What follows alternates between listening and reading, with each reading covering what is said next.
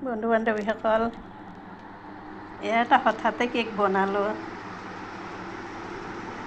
Marigold biscuit আৰু চাউলৰ গুড়ি দিছোঁ ইয়াত, কণী, ৰিফাইন তেল, বেকিং পাউডাৰ অকণমান আৰু ইয়াৰ ওপৰত অকণমান ড্ৰাই ফ্ৰুটছ দিছোঁ মই।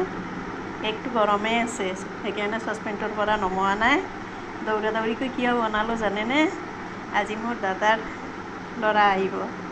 দাদা ঢুকুৱা 20 বছৰে হ'ল। তেতিয়া দাদাৰ ল'ৰাটো বৰ অকণমানি আছিলে, তাক মৰমত ডাঙৰ দীঘল কৰি আজি সি এটা কোম্পানীত চাকৰি এটা কৰি আছে। BCom কমপ্লিট কৰাৰ পিছত চাকৰি কৰিলে, যিহেতু ঘৰৰ অৱস্থাও হেৰি আৰু মাক আৰু আইতাকক সি চাবলগীয়া, গতিকে বয়স কম হ'লেও চাকৰিত সোমাইছে। এতিয়া অহাই নাই, প্ৰায় এবছৰে অহা নাই। সেয়া মই দৌৰা দৌৰিকৈ দুপৰীয়া ভাত খাম বুলি আহিম বুলি ফোন কৰিছে সি মোক। মই সেইকাৰণে ভাত আঞ্জা বনাই উঠি লগতে এইটো কেকো বনালোঁ। সি বহুত ভাল পায় কেক খাই।